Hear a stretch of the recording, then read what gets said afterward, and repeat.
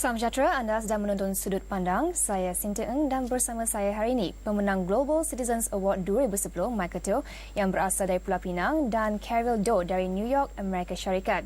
Dan Michael dan Carielle dipilih sebagai duta belia daripada lebih 44,000 penyertaan di pertandingan yang dianjurkan sempena Global Entrepreneurs Week tahun lepas di Liverpool, United Kingdom. Yes. Okay. Dan hadiah mereka pengalaman melawat 20 negara dalam tempoh setahun di mana mereka akan membantu meningkatkan kesedaran dalam pelbagai isu seperti kemiskinan, pendidikan, alam sekitar dan sebagainya. Dan sebab itu kita untuk mendapatkan intipati yang lebih lanjut, izinkan saya meneruskan rancangan dalam bahasa Inggeris. Okay, welcome. Okay, Thank let's you. start off. How both of you ended up here together, the Your Big Year 2010 competition, where you were the recipients of the Global Citizens Award. Michael, can you start with sharing your experience? How has it been for you? It has been amazing so far. It's been a pleasure to have the opportunity, number one, to meet people from all around the world, meeting world leaders, sharing with them what we in Malaysia have done well, and of course traveling with Carielle from the United States, where coming from two countries with very differing cultures, yet we share a common vision to try to create a following and inspiration for young people around the world to promote the spirit of enterprise, global citizenship and social responsibility as drivers for volunteerism. Because I think in our trip around the world, we always believe that it's about time for young people atau orang-orang muda to co-own responsibilities to help solve global issues, but from a community perspective. So it's been amazing so far. We have been to 5 countries, with 15 more to go. Malaysia is our official stop right now. Carielle, can you share more about this award and how did you won it? Yes, so the Your Big Year competition had its inaugural year last year, and there were a couple different ways to make it to the finals. You could do a video about a charity, you could raise money for a charity, you could refer the most people to the competition, or you could send an envelope around the world or do an online quiz. So there were different ways to make it to the final. I made it to the final by doing a video about a charity in New York called Gifted Hands. What is it about, the Gifted Hands? So Gifted Hands does art therapy for people in the shelter system, so single mothers who have nowhere to go, battered and abused women, elderly people, people who are suffering from HIV/AIDS. So there are different kinds of shelters they go to, and they go and just spend time with them and do art therapy, just something to get their minds off their troubles. Okay.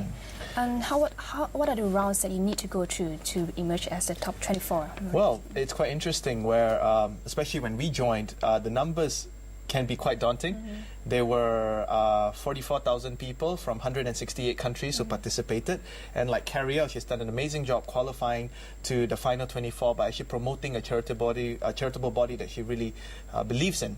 But as for me, the way how I represented Malaysia in qualifying to the final 24 in the global finals was we worked on a video promoting why Malaysia was a good place to live in and to do business.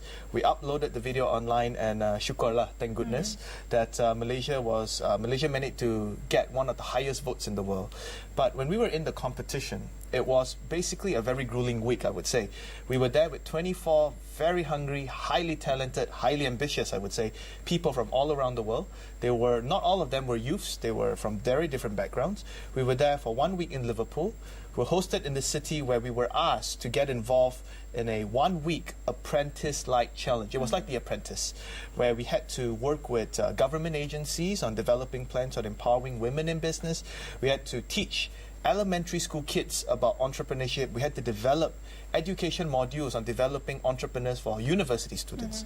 We had to even meet other UK government representatives, entrepreneurs, social entrepreneurs, NGO activists to share ideas with them. And also get involved with fundraising campaigns, charitable campaigns, literally stopping people on the street to get them to volunteer their time. And from the final 24, there were eliminations, and we got shortlisted to the final 8. So I think it's something that's really it's a proud moment for both of us. And maybe Carielle, you can share, like, how was it? Yeah, the funniest thing about the whole competition was that during this week there were 24 of us, and we're all talking and getting to know each other. And just because we were in different circles, Michael and I actually hadn't spoken much at all. So they had the 8 semi-finalists line up. They gave us envelopes, and they said, okay, take out the picture in the envelope. and each envelope had a picture of a famous person. They said the person who has the picture of the other famous person is your partner. And so I'm looking around like, who's my partner? And I looked and I was like, I don't even know that guy. So it was just funny because I think that they really wanted to see that in any situation, you're going to adapt to it and you can get along with anybody. And so Michael and I were paired together. Each of the 4 pairs had to then go ahead and pitch to the other 16 people who didn't make the finals why they should win. And then they had to vote for us, and they voted for us as the winners. You've been traveling since January, right? Yes. So I'm sure you have met with a lot of inspiring people, world leaders. Have you been able to share your ideas with them, and what kind of feedback have you gotten from them? Personally, for me, certainly, we have had the golden opportunity, one of the rarest opportunity, to speak at the UK Parliament, where we met the highest dignitary there at that time was the Minister of Civil Society, and he wished us in Malaysia well, and also in the US as well, for representing the world in this competition and this journey. But I think what we really shared around the world, coming from Malaysia, personally for me, was what our governments were doing. People were actually very amazed with our ETP and GTP plans that have been launched by our Honourable Prime Minister. Also, throughout the other countries I've gone through, like Hungary, the United States, Shanghai, they were very much interested on Malaysia's strategy on youth empowerment. When they were looking at Malaysia being a relatively young country, what are the practical strategies that other countries can learn in terms of empowering youths? Not spoon-feeding them, but empowering them to also co-own that role, that ownership of helping the country grow. So basically that was the main headline of the things I've always continuously shared with dignitaries that I meet, coming from Malaysia. And for Carielle, who have you found most inspired you, and why? Well, for me, it was actually a very recent meeting. We met Tony Fernandez from AirAsia. Yeah, how was the meeting? Yeah, it was wonderful, and he was so warm and so friendly, and it was such an exciting and inspiring meeting for me, because here's somebody who took a company. How much did he buy it for? $1? One ringgit? Yeah, and created AirAsia and had some difficulties, but then bounced back. And I just thought, wow, how exciting to be someone who can push through difficult times and adversity and still come out successful, and still be a friendly, warm person. With all the success he's had, he was still very open to us, and so that inspired me to be that type of person when I hopefully am successful. Okay, we'll need to go for a short break, and when we come back, we'll talk about these young leaders' aspirations for the future. Okay. Thank you.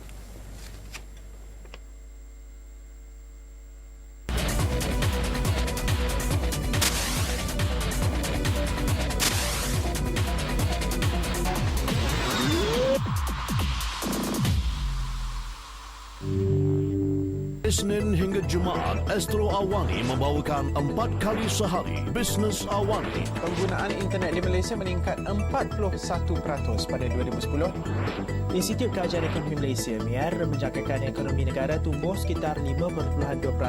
In order to be number one airline in Asia, you can't do that within 1 year or just 2 years. Bisnes Awani 4 kali sehari di Astro Awani. Berita segenap dimensi. Khamis, Prima mempersembahkan Docu Prima, sebuah rancangan dokumentari khas untuk tontonan anda.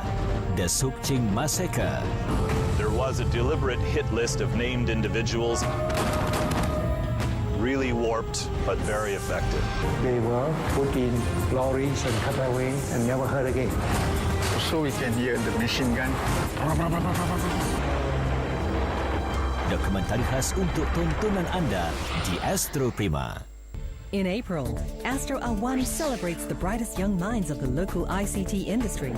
Throughout the month, host Syed Faridina Omar talks to selected finalists of the inaugural NEF Awani ICT Awards. Listen to their stories about determination, desire, drive, and passion to excel and succeed. Are they the Bill Gates or Steve Jobs of tomorrow? All this and more on In Person every Tuesday at 9:30 p.m. only on the savvy Astro Awani.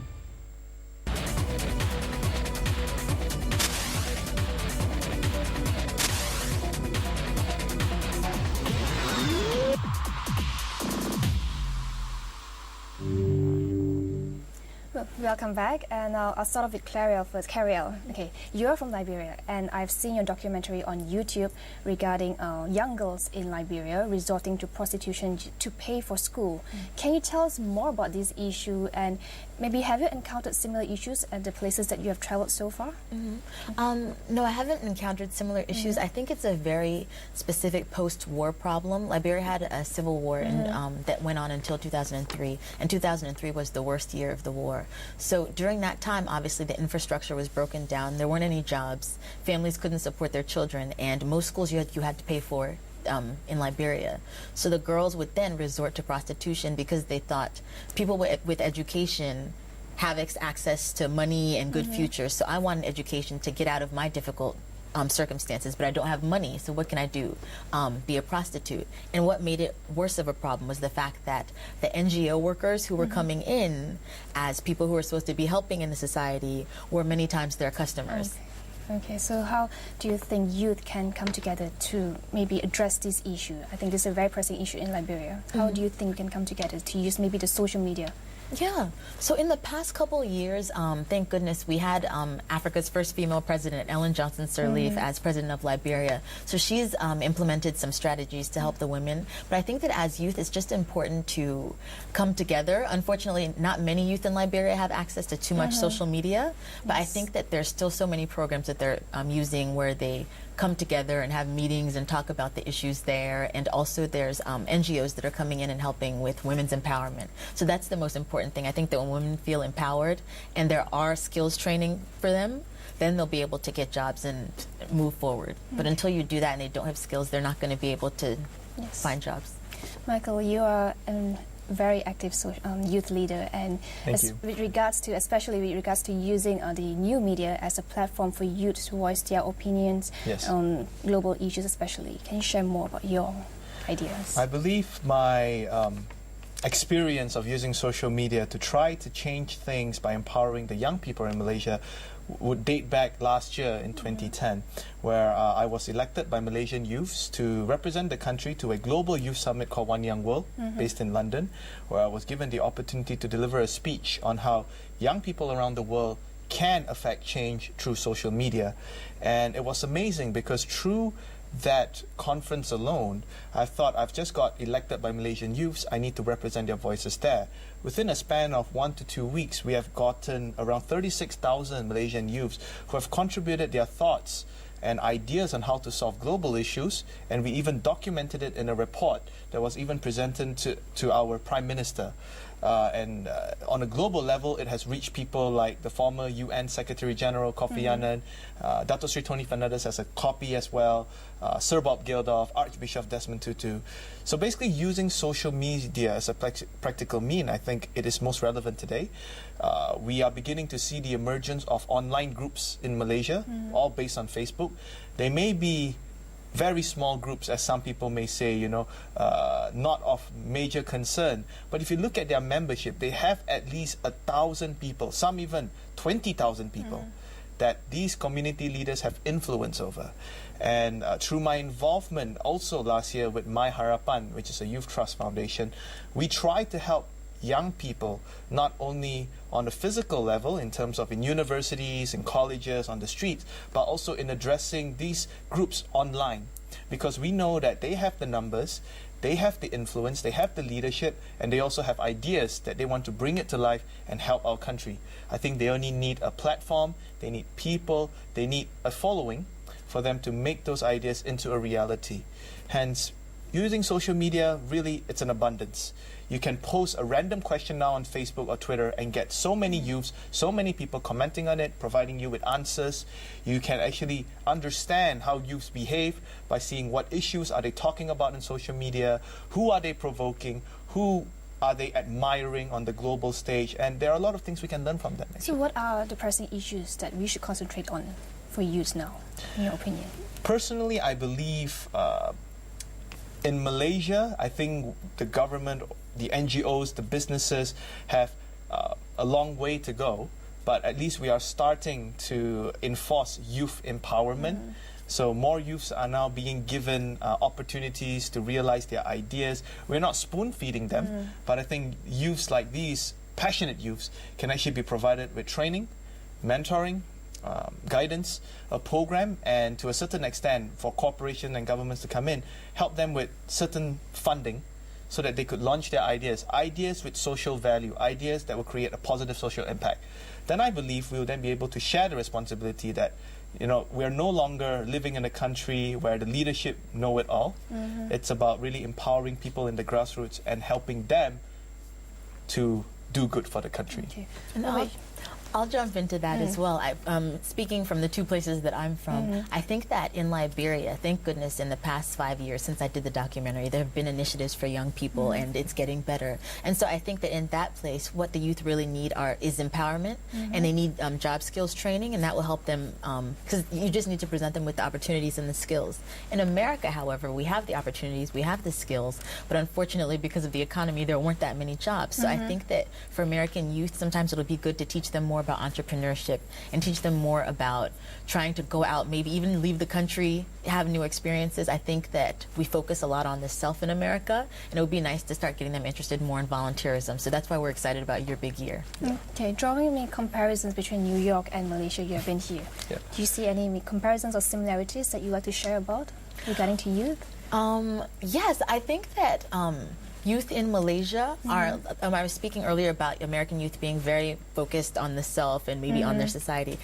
It's just been interesting to see the youth in Malaysia be so excited about other countries and being interested in traveling and wanting to know more about myself. I wish American youth were more like that, more interested in learning about the world. All right, we'll need to go for another break, a last break, and when we come back, we'll talk about your plans for the future. Thank you.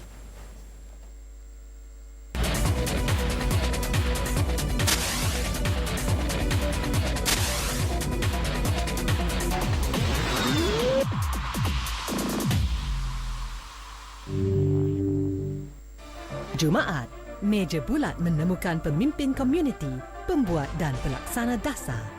Bagaimana agaknya untuk kita melahirkan generasi muda yang seimbang? Skill tu very important dan boleh menjamin masa depan. Kumpulan pendesak masyarakat setempat dan wartawan. Arts dengan sains tu memang penting kedua-duanya sekali. Ada 9 sebenarnya kecerdasan yang ada pada kita individu. Meja bulat, Jumaat 8.15 malam di Astro Awani.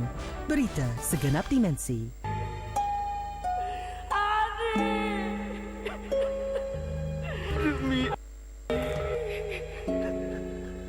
Dia kembali pembalasan.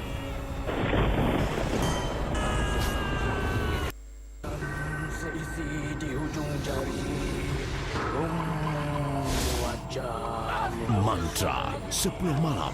Khas untuk anda di Astro Citra dalam pakej Mustika. Telefon untuk melanggan. Sila ke saluran 130 untuk pratonton Mustika.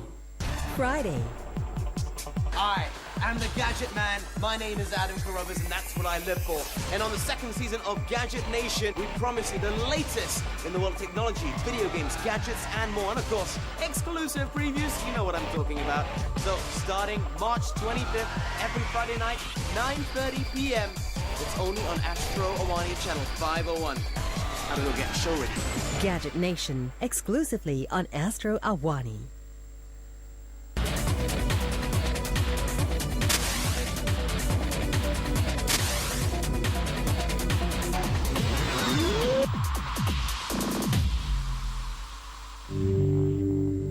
Okay, both of you have been traveling with each other for a couple of months now. Yes. And I'm sure you have learned a lot from each other.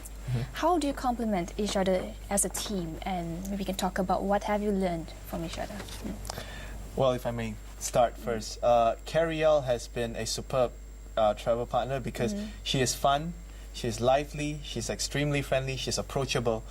These were the traits that people from everywhere we go would describe her.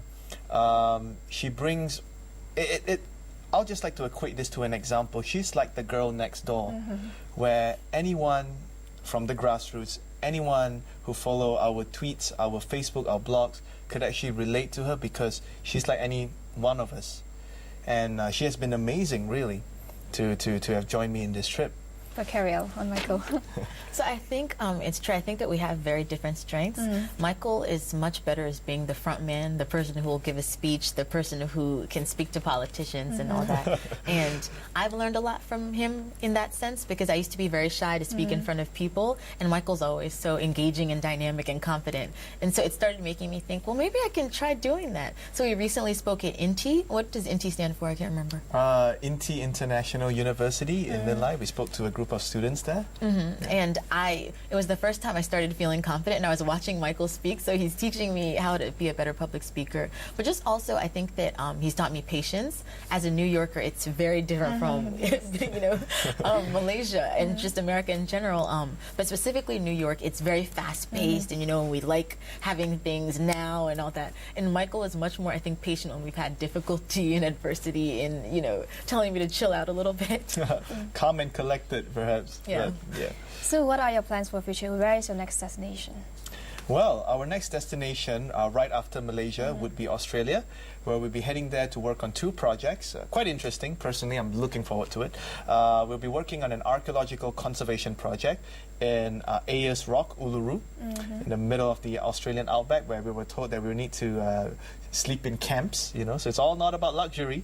We'll be heading off to Queensland to help out with flood relief efforts there as well. Because we believe being global ambassadors, it's really about being willing, being passionate to actually reach out to people who are in need of help, and going down to the ground ourselves to get involved with the activities rather than just giving speeches or inspiring people. I think it's more important for us to show that we too are no different from any other. We too will need to use both our hands and legs to actually help people in need. So yeah. And how do you plan to use your experience when you return to your country? To start with Carielle. So for me, as we go around the world this year, we're doing video projects, and we're supposed to do a short video piece that we will upload about each place that we go to. So as a producer, it's going to help me immensely in having a work reel and a body of work that I can then go back to the networks and show and hopefully get a job as a producer. I worked at ABC News and NBC News before. For me personally, it'll be highlighting Malaysia's involvement as a lead ambassador now for the world in promoting the spirit of entrepreneurship, volunteerism, and what have you not. But more importantly, I think it's about creating a global following among young people, among the community. Because as we travel around to the next 20 countries we'll be visiting throughout the year, we'll be working in environmental conservation projects, like when we'll be in Zimbabwe working with wild animals in the Antelope Park, a safari conservation zone. Very excited about that. Yeah. We'll be heading over to Italy to work with dolphins and whales to study their migration patterns, to get involved in campaigns to promote their conservation. We're climbing the Canadian Rockies to actually see the impact of climate change towards our environment, the melting of the ice on top of the mountain. Also humanitarian projects where we'll be heading to Nepal to work with young kids in the Kathmandu Valley, teaching them about basic literacy, heading to one of the most rural-prone areas in India, Rajasthan, to help women in the slums. Now, I've mentioned these examples of the many projects we'll be doing because at the end of the day, we hope to inspire other people that they too can help out in their communities. They don't have to, perhaps, not everyone would have a chance like us to travel the world, but I think everybody plays a role in actually helping people within their own community, within their local facilities as well. And we hope that with our lead in this program, we'll be able to create that motivation to provide that path for people to identify themselves and say, if we can do it, they can do it too. And together, I believe we can work collaboratively to form a better world. How can we get youth to be more involved in all these issues? So I think that this project is a really great way to show that, like Michael was saying, anyone can volunteer. I think that for a lot of youth, the issue is that they want to do something because they're at an age where they feel like they can change the world and they can make a difference, but they just don't know how or what. And so we're hoping that by showing them a broad range of volunteer projects, they can start thinking, okay, well, maybe I can do something abroad, or as Michael was saying, in my own community. I think that sometimes when you see someone doing something good or inspiring, it inspires you also to look at yourself and see what you're doing.